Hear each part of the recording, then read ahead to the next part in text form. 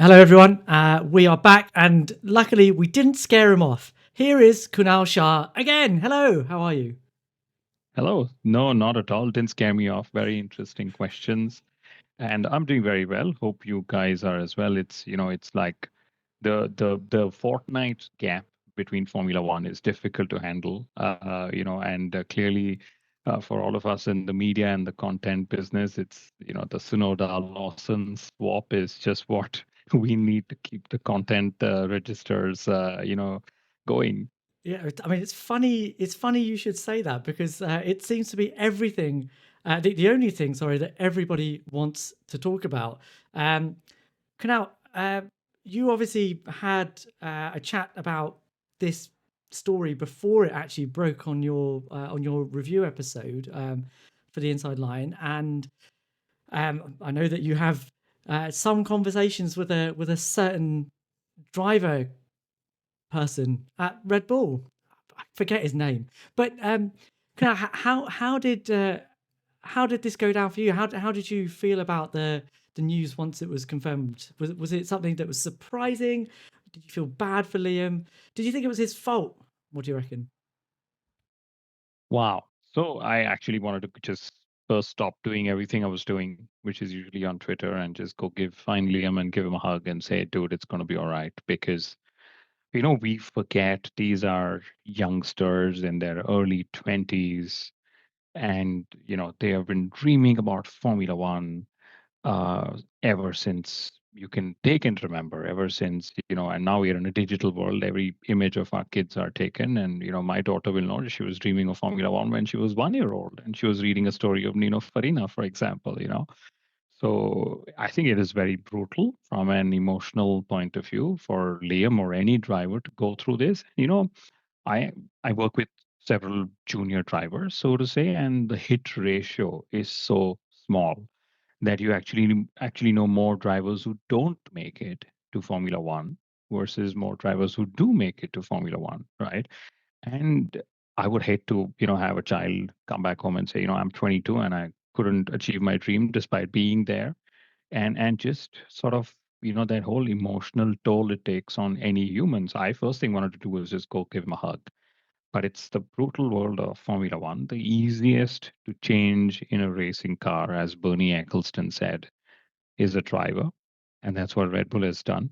And as much as I think Liam deserved more time in the car, I also think Yuki Tsunoda deserved that break.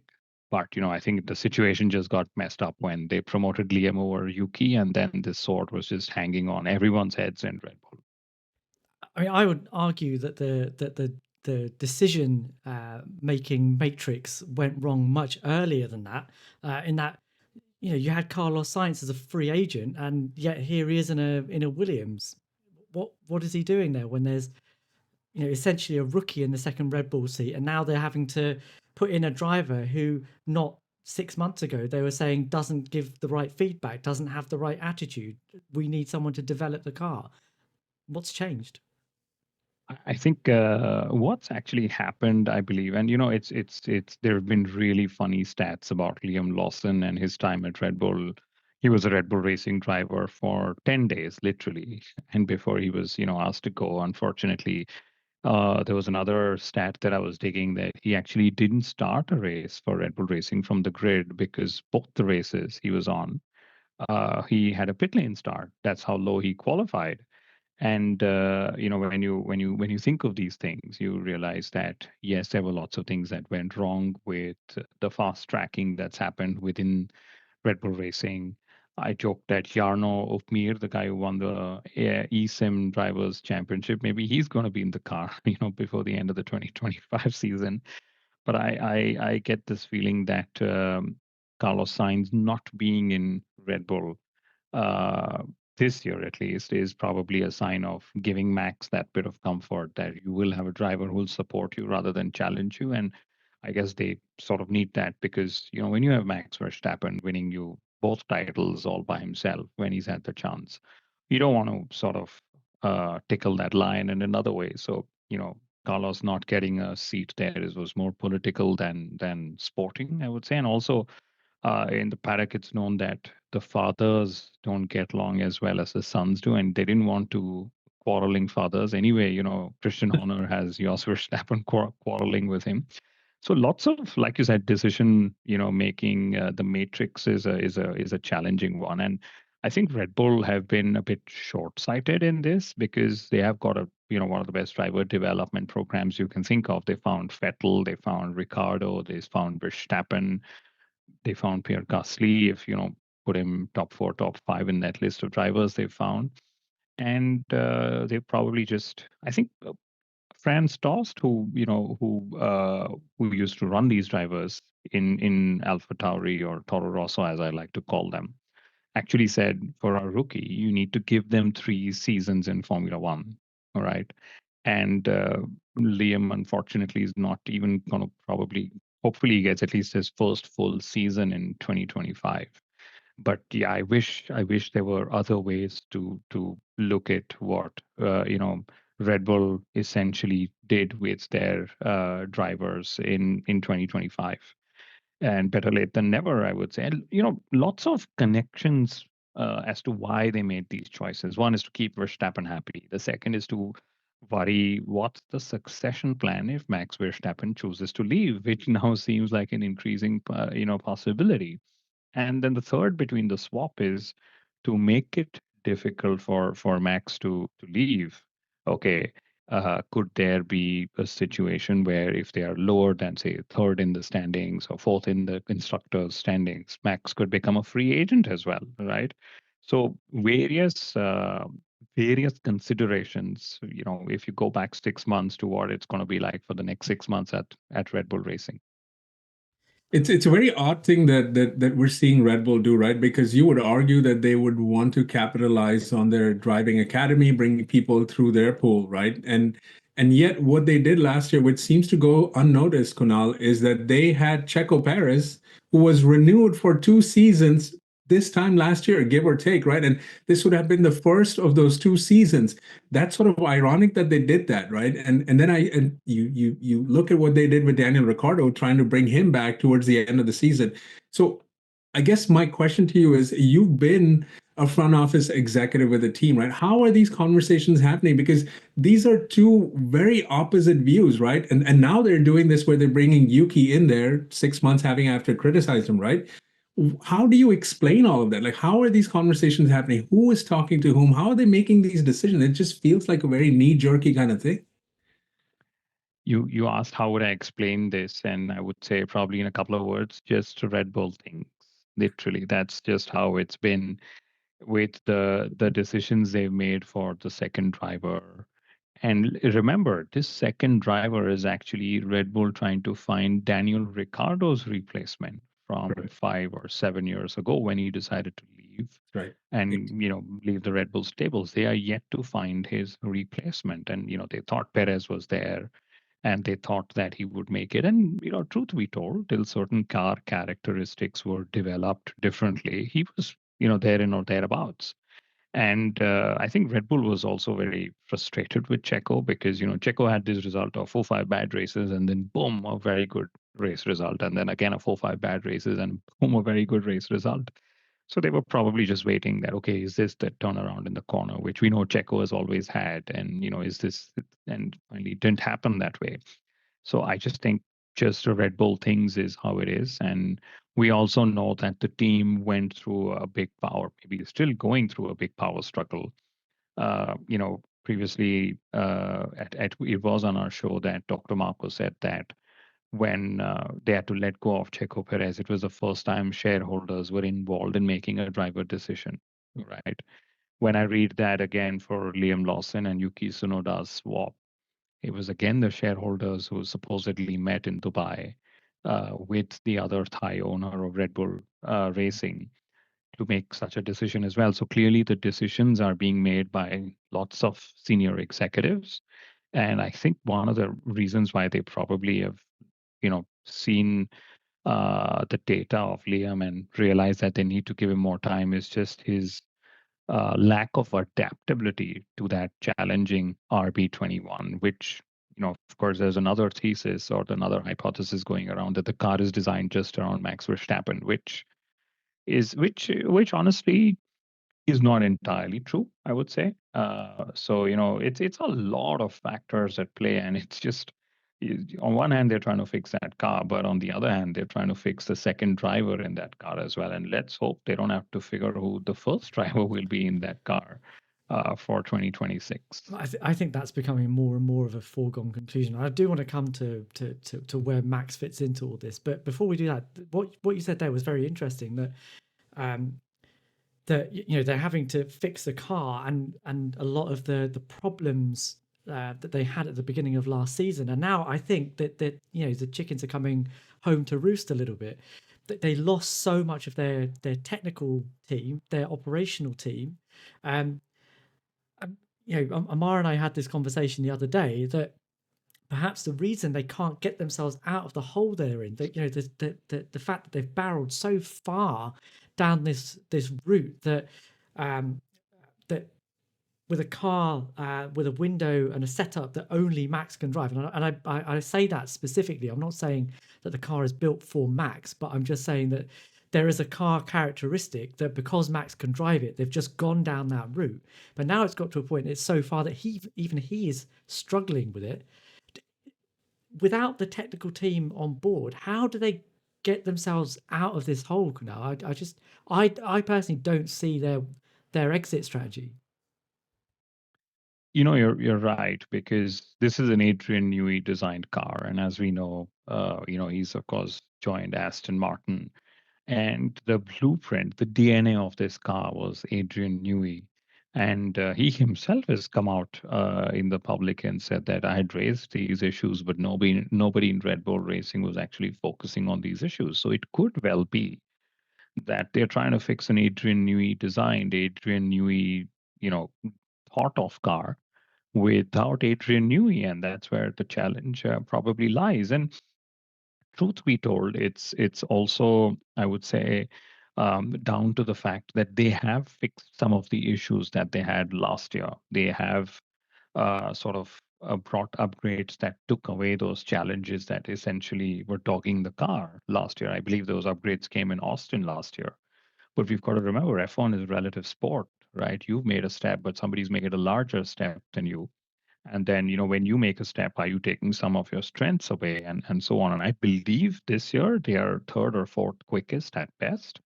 And the car is just slower than expected, which is also why, when the last race happened, GP, who was Paul di Resta's engineer also at Force India, actually told Max, well done, Max, you pulled out maximum points. Let's remember it's the points tally at the end of the season that counts. And we just got to keep chipping away at it. And I believe largely that the flexi wing regulations that are being introduced are a big political play by Red Bull, which is fine. Formula One is also about playing the politics right. And maybe Red Bull is hoping that they'll be back in the game from the Spanish Grand Prix when that, the second set of rule or the second third of the season will start. So lots of ifs and buts. And I think for Red Bull to challenge for the titles, if they end up doing that, I think we're in for a really crazy season. Yeah. Because the most obvious thing everyone's talking of is, okay, so what's Max gonna do? And one of the reasons why we're all asking what's Max gonna do is because he seems like this, generational talent, but all generational talents have been mavericks and temperamental and impatient with success. So will Max be okay with racing in the top 5, top 6 every race weekend and being, watching the others score all the wins, just wondering at what point should I have pulled the plug already? We all want to cut our losses and move on, right? So what is Max going to do next? Will he stay around or will he jump ship or maybe even take a season's break, enjoy his upcoming parenthood, and then see in 2027? He's in that place where he can say, you know what, I'm going to drive for your team, and then go and join that particular team. He's got that position of choice or position of power where he can choose what he'll do. So I think that's going to be another story that we will continue to see develop in 2025. But this is the program that his dad sort of set up. If you guys have read Mark Hughes' little book on Max Verstappen's rise, he describes it brilliantly. He says that Jos Verstappen basically wanted his son to not be committed to any one team. He wanted him to essentially be a gun for hire. I love that term because that's what he is. Mercy. Like, yeah, mercenary. He can basically go wherever, and if your team isn't performing and I'm driving for them, see you later. I have no commitment to you. What would that do to Red Bull, Kunal? Like, if Max Verstappen was no longer at Red Bull, what would happen? I fear that the worst would happen because, I also believe that one of the reasons Max has managed to pull this package and continue to win with it despite the obvious shortcomings is because of his sheer detailed debriefs, his detailed approach of extracting more and more from the package. And, he's not a 4 times world champion for nothing. He's not a generational talent for nothing. So they will definitely miss that. But above all else, they will miss this sheer, you know, uh, raw talent and pace, which you give him 4 wheels on a shopping trolley and he'll still be the fastest you can find in the mall kind of guy. And then what will they do? Will they continue to develop young talent? Will they go and buy somebody off the market? And what are the options? I know Arvid Lindblad, who was again one of the guests on our show in the off season, Dr. Marco himself said that he's hopefully earned potential next world champion. But these words have been said for lots of drivers, and as much as I would trust Dr. Marco's instinct and the data he operates with, uh, you know, to to hope that a driver makes it to Formula One is one thing. To hope that the driver you put in Formula One is Max Verstappen's successor is another thing altogether. Well, we have some precedent for this with what Mercedes are doing this year too, right? So it is conceivable that they would have that. I also think about what Red Bull are committing to the sport in terms of building their own factory, their own engines, right? Moving forward. So this couldn't be.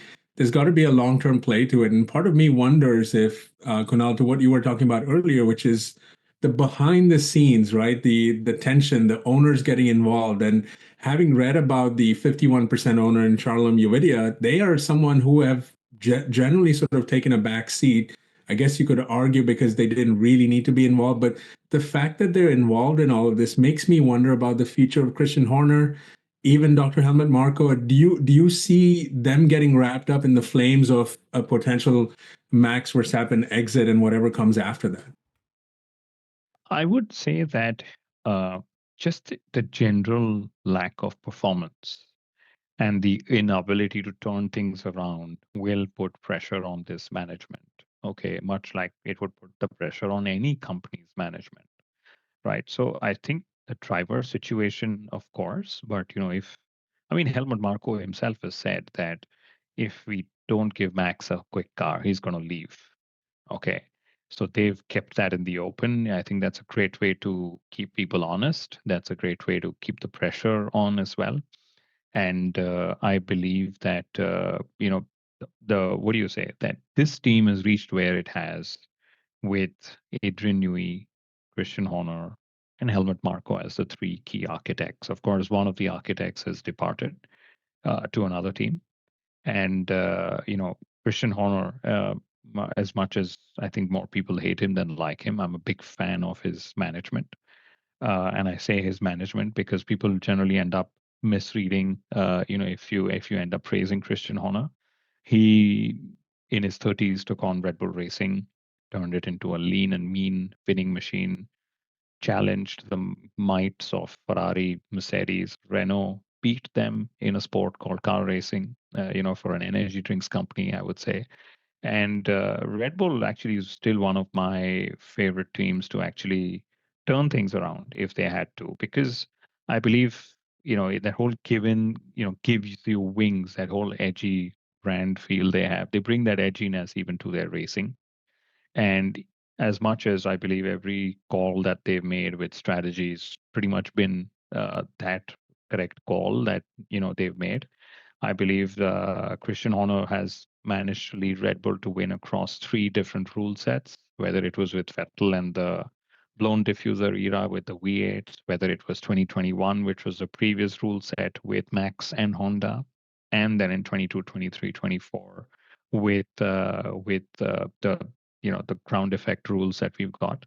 So I think they will give them time to turn things around, but I think they will realize that there has been a mass exodus of people as well. So very difficult times even for the Red Bull owners to figure out, what do we do? Do we stick around with these people who've delivered, so many wins in the last 20 years?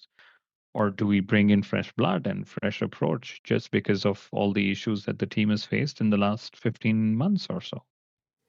I have to say, I see that in complete opposite, because there's a direct lineage between, there's a direct correlation between the point at which Adrian Newey was hired and designed a car and Red Bull winning their first championship, right? He turned up in what? So Red Bull were formed in 2005 from the bones of Jaguar. Adrian Newey turned up in what, 2006. They had a rule change in 2009. Suddenly Red Bull are competitive. Let's fast forward a few years, and even during the McLaren era, the Mercedes era, they were there or thereabouts. As soon as Adrian Newey leaves, boom, we're heading off a precipice. And my problem is, who are you gonna like point the finger at to say this was your fault that Adrian Newey walked out? Adrian Newey has said himself that the problems that came up at the beginning of 2024 were part of the reason he left. That comes down to Christian Horner. I think that's one side of it. The other side of it is the driver saga. And I understand what you're saying, right? The Red Bull have found some absolute generational talents like Vettel, Verstappen. Yes, even Gasly and Albon have shown that they know what to do in a car. But the way that they've been managed, you talk about Arvid Lindblad. I wouldn't want to see him anywhere near a Red Bull at the moment, because it would absolutely ruin his career. It scares me to think that he might end up in a car like that. And that's down to another guy, Helmut Marko. So do they just need a complete wholesale overhaul? Is that what they need? I think the decision making has definitely changed with Red Bull, because who gets in the car, who gets the opportunity. Previously, my understanding was that Dr. Marco had the upper hand in making that decision, and the roles were very clear at that time, that you go build the cars, Christian, manage all the politics with Adrian and whatever, and I handle all the Red Bull energy drinks versus Red Bull racing relationships and who the drivers are, and so on. And I think that those roles have sort of diluted or merged or converged after the passing of Dietrich. That's my understanding with what's sort of happened, because no longer are we hearing that I got that call from Helmut at 7 in the morning telling me to be in the car.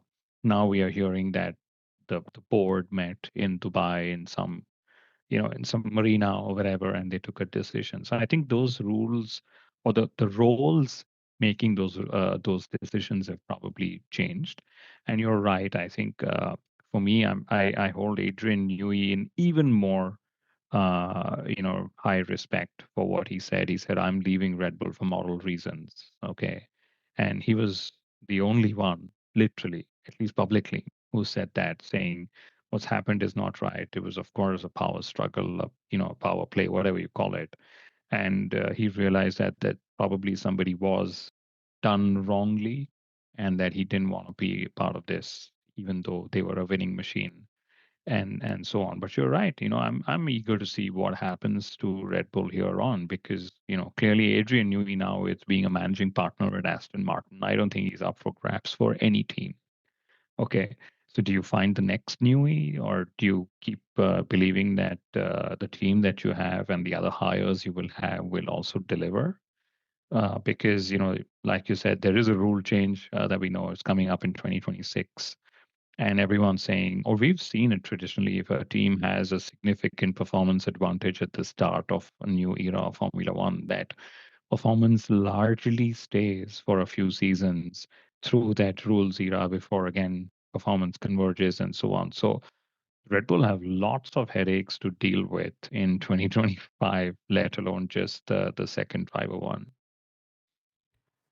100%. I was going to ask you another question. Yes, it it was in fact about Max. So just given that whole narrative, Max has obviously made a lot of comments in the media in the last few days, or at least liked a few Instagram posts that were maybe a little bit leading. Let's say Max leaves. Where does he go? And when? I mean, I think there will be clauses can be various, or exit clauses can be written in various ways. At certain point in the championship, certain races in, certain percentage of races in, actually, because championship could well become 17 races if you're in the COVID era or whatever. So at certain percentage of the championship, how far away in terms of points you are or positions you are, different drivers have different ways to do it. And eventually, if a driver wants to leave, I think the team has to let the driver go. It's just about how easy or difficult you make the driver's life to go. Or vice versa, if a driver wants to stay, then how do you help make sure the driver leaves? In the case of Checo Perez, he just said, I want to stay, because he knew if he says, I want to stay, he'll get a higher payout. So I get this feeling Max is going to just wait it out or that edginess that Red Bull normally brings to Formula One. Does it bring him back? Does it bring them back in any way to get him to fight, the McLarens, the Mercedes right now, and maybe even the Ferraris? And then, like I said, I think Max being Max could well say, you know what, I'm going to wait it out in 26. I will see who's doing well. And then 27 is where I make my move and see where life takes me from there. And I think if he was to go somewhere, it would probably be Mercedes, because they've been wooing him forever since. Okay. And there's always this chat of Mercedes has, strength in understanding power units better than everyone else. So that could be one. And the second could also be Aston Martin, where, there is Honda, there is Adrian Newey, two of the several variables that have fired up Max's wins with Red Bull Racing, I would say. And, Lawrence Stroll is not shy of giving away a part of his business, because after you've made all that money you've made, you're not racing for money, okay, anymore. Like, a couple of million here and there, and you wouldn't really care about it in your bank account, so to say. So could Max Verstappen become one of those again, managing driver partners or whatever role that he could get at Aston? Like Adrian Newey's got a managing partner role, right? And then get a certain percentage to own that team and take it to its glory and whatever, because that's a model nobody's tried out before. And everyone, of course, rumored to say that it's a £1 billion package that Max will sign up for. Maybe that's true, if he gets all those shares in Aston Martin. Then the question is, will it be Lance Stroll or will it be Fernando Alonso who Max will end up partnering? I think we all know who it's going to be, don't we? I love the Mercedes theory, right? Because we've seen what Toto Wolff did last year, almost the entire year, just publicly flirting with Max in any way. And I guess you could argue on some level, because of his rivalry with Christian Horner, he was maybe just trying to see if he could, interrupt their championship winning season, at least from Max's standpoint, right? But we've also seen that Russell does not have the extension, and Kimi Antonelli is the guy that I think Toto sees Max in, right? In some way. And he talks about how he made a mistake in not getting Max back when he could. I think that's a fascinating area to look at. Yes, the Aston Martin thing is pretty obvious that if he went there are so many boxes that check off. But I love the Mercedes theory because this year they've come with a car that is at least third quickest. And I don't know what Ferrari are going to do. They managed to kind of do their own thing anyway. So I'm just fascinated with the idea of how do three go into two over there, because George has put up some really good performances the first couple of races, and yet we know how Toto feels about Max. He just made it so clear to us. I'd be fascinated to see. Maybe there's a George Russell to a Red Bull scenario. Oh, We that would just be the haven't thought about that. worst. That would be the What do you mean? worst. George, like, he's on such a promising trajectory. Why would you put him in that Red Bull and have him not get out of Q1? I don't want to see that. You know, the truth is, beyond the point, you just have to take the vacant. Probably what's going to happen to George Russell. And yes, George has put in some brilliant performances in the first two races of the season. The only non-McLaren driver on the podium in both the Grand Prix. I think that's pretty fantastic. But Mercedes would be asking themselves, if this was Max, could he have been higher up on that podium? Could he have been actually taking the fight to McLaren, given what he's doing?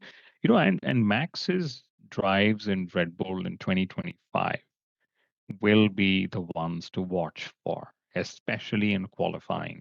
You know, we've seen both the qualifyings yet in Australia and then in China as well, that Max is able to pull out that Max lap, which you're suddenly like, wow, where did he pull that off from? So Mercedes would be wondering, whatever it takes to get our hands on Max, we will, you know, put our hands there and see what we can do. I mean, if Ferrari could get Lewis Hamilton, I think Mercedes can get Max Verstappen. That's definitely more possible in my eyes, at least. And like you said, you know, he's a gun for hire, and he'll go wherever the quickest package he believes is. But you know, at this moment, 2026 is a big lottery. So you know, Max will also have to see what that you know, lottery seems like, because you know, Red Bull is making their own engines, Ford is returning. The rule set seems extremely weird for Formula One, with all the XY modes and all the chassis trying to compensate for what the engines would do, and various things. But truth be told, it's fascinating to see how all the on-track as well as off-track stories will develop in 2025. You predicted Piastri to Yes, you win did. the drivers' championship, and of course that weekend. I mean, it's not his fault, but I mean, you know, he was going to be P2 at minimum. What do you make of the McLaren drivers? I mean, they've both got a win each. You know, Oscar was unlucky; otherwise, he would have definitely been on the podium. What do you make? Do you see this? I mean, because we talked about Spain, right, being sort of the turning point in the season, perhaps. But it seems like it's got to be either McLaren driver up until that point, and then some papaya rules will probably come in at that point. No. I think so, because you know, papaya rules have already come in both the races we've had, and I get this feeling that at McLaren, Oscar's been the better driver in both the races. Okay, literally apart from those two corners on one lap in Australia, Oscar's not put a foot wrong. And you know, when you are in mixed conditions and rain is coming and going, a lot of it is also about what your track position is when that rain has come. Okay, where you're just unlucky that the rain hit just when you were there, you know, and you know, three drivers behind you, just because they were 30 seconds back, missed it, or they knew beforehand that okay, this has gotten slippery. So it was just that. Just the way Oscar drove in China and the way he managed that weekend was, I think, pretty fabulous. He was the first one to call out McLaren's sprint qualifying gamble in trying to get pole. They could have had that pole, but they were just trying weird things, which I haven't really seen Formula One teams try and do. So they, you know, he called them out. Then he said in the sprint that Lewis won because of free air. I want to get free air for myself tomorrow. Put it on pole, kept it in free air, managed the race, was very shrewd in, you know, creating that buffer for Lando Norris. He sort of held Norris back as well. I would have loved to see the two battle, you know, in McLaren when of course Norris had his brake issues, and people will say that Norris could have won. He was saving tires. He's been better at saving tires. Blah blah blah. But I would still go with Oscar Piastri as the world champion for 2025, because there is something, you know, so cool as a cucumber, as we'd say in English, right? About him. Seems unfazed, seems very confident in the way he goes, and that's where my money is. Yeah. And that looks like a very smart bet at this point, right? But my take on this is sort of the opposite, which is we have seen Lando in the fire of a heated battle with, the greatest of this era, right? At this point in time, you could argue, all time anyway. But having been toe to toe with Max, I think that's the one thing I haven't seen with Oscar. So that's not to say that he couldn't thrive and survive and come out on top there, but that's why I want to see some competition. My fear is papaya rules will get in the way of all of this, and I just want to see the two of them go at it, like genuinely go at it as two drivers that are both, I believe, equally deserving. But you're right. I mean, Piastri has not put us foot wrong, other than just being in the wrong place at the wrong time, and that's fascinating. Shez? Well, I mean, all I was going to say was that, in the first race, I agree with you that Piastri was just in the wrong place at the wrong time. When he was coming back on the track, Max was there, so the angle that he was coming back in on was compromised. But he was there because he qualified 800ths behind Lando in race one, which he then rectified in race two. I think Oscar is actually an excellent case study in how a team should be managing a driver. That he finished 40 seconds behind Lando Norris in China last year, finished 8th to Lando's 2nd. And they were having to have some slightly difficult conversations, and then look at him 12 months later. That for me is how a team actually goes about managing a driver, but it comes from having some inner confidence that the whole team are working at the best of their ability. I just don't see that. The other team that we were talking about. Yeah, that's fair. But then one last question for you, Kunal. What do you make of Ferrari? I mean, how do you explain it? How can they manage to get not one but two cars disqualified? That's never happened in their 75-year history. Like, what are we talking about? What are we doing here? What are we doing? I think the one stopper was just down to wrong calculations at their end with tire wear, and a lot of it was probably down to the expected two stopper race being converted to a one stopper, which is what we saw in Spa last year, where George Russell and Mercedes were disqualified as well. So it was probably just one of those calculations that went wrong. It's unfortunate when it's literally just down to 1 kilogram, but actually 1 kilogram is a lot in Formula One. We've seen drivers being disqualified for a tenth of a kilogram or 100 grams, as we'd call it, right? So it was just one of those things, Ferrari things, if we may call it as that, And when it comes to Lewis, I think the plank wear is probably giving a good indication of how Ferrari is extracting their performance by running lower, and clearly that's what they did with Lewis. So they ran the plank, they wore the plank out more, probably to get more areas that they were weaker in to work better for them, because there was a strong change in form between the sprint race and the Grand Prix, and one of the biggest things that actually changed from that Saturday to that Sunday is that the track just rubbered in. Right. And then when a track rubbers in, the track, what we call is evolves, evolution of the track. And then you have to set your car up with that evolution in mind, which is why in the Grand Prix on Sunday, Lando Norris was actually quicker or quicker than what he was on the Saturday, which is why on that Sunday, Lando himself radioed in saying, but I'm quicker, I can catch him, right?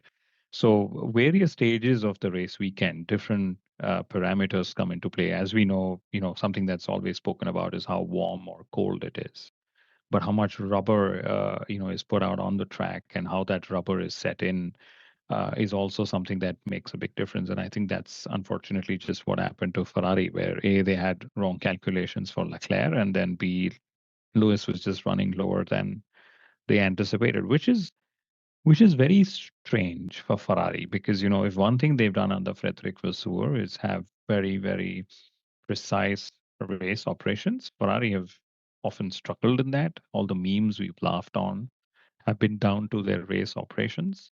And even last year between Monaco and Monza, when they sort of went astray and that they lost a lot of points in that season, I think it was because it was Frederick Vasseur that they even came back on track and were fighting for the constructors till the very last race of the season. The Ferrari of the old would have certainly gone astray and maybe even lost second place to the third place team. They would have just not found their way back. So now it's even more work for Frederick Vasseur to bring Ferrari back. And imagine the number of points they've lost from a team that Oh, was touted to be in the championship battle. Now suddenly is going to have to wait for some outside luck, some papaya rules, some sour papayas on track to end up scoring more points on their rivals in the constructors championship. So it's all to play for, but a very uphill task or a uphill climb for Ferrari in 2025 already. Yeah, yeah. I know. It's pretty sad, especially because they look like they were doing so well. They've just taken a backward step. Kunal, you call it a miscalculation. I feel like that's a fairly basic one to realize that a I one mean, you'd stopper. expect a Formula One team to get it right because Everybody they else get did. so many bigger things right. Yeah. But it's just one of those, especially with something that happened, not even 10 races ago with Mercedes. Yeah. You would have hoped that they have those parameters in place. But yeah, it just goes to show, like we were saying, before we recorded, working in Formula One is like working in any corporate job, and you have these silly errors that can happen by humans, and just that in Formula One it gets amplified, and it gets the visibility is so 500 million people around the world, unfortunately. Yeah, that's true. Probably The no. season's not started. That's all it It's is. true, That's all it but is. also probably no excuse to make two different mistakes on two different cars. But maybe that's a question But for another day. Lewis probably got saved because he did a two-stopper. Yeah, Otherwise, Lewis could have Wow. gone the same way. hasn't been underweight and had a flag that Excellent. was Blank too very long. true. Yeah. Oh dear. All right. Anyway, on that ray of light, we should probably call it. Kunal, thank you so much for your time again. Thank you for your time. It's been a pleasure as always, and your insight actually is very, very interesting for us. Ammar, Thank you very much for having me. Yeah. Ammar, you too, man. You were good. Thanks. Thanks. I'm glad to be here. All right. As usual, please like, please subscribe. If you want to see more Kunal, leave us a comment. We'll read every single one. We'll reply to as many as we possibly can, and we will see you guys in the next one.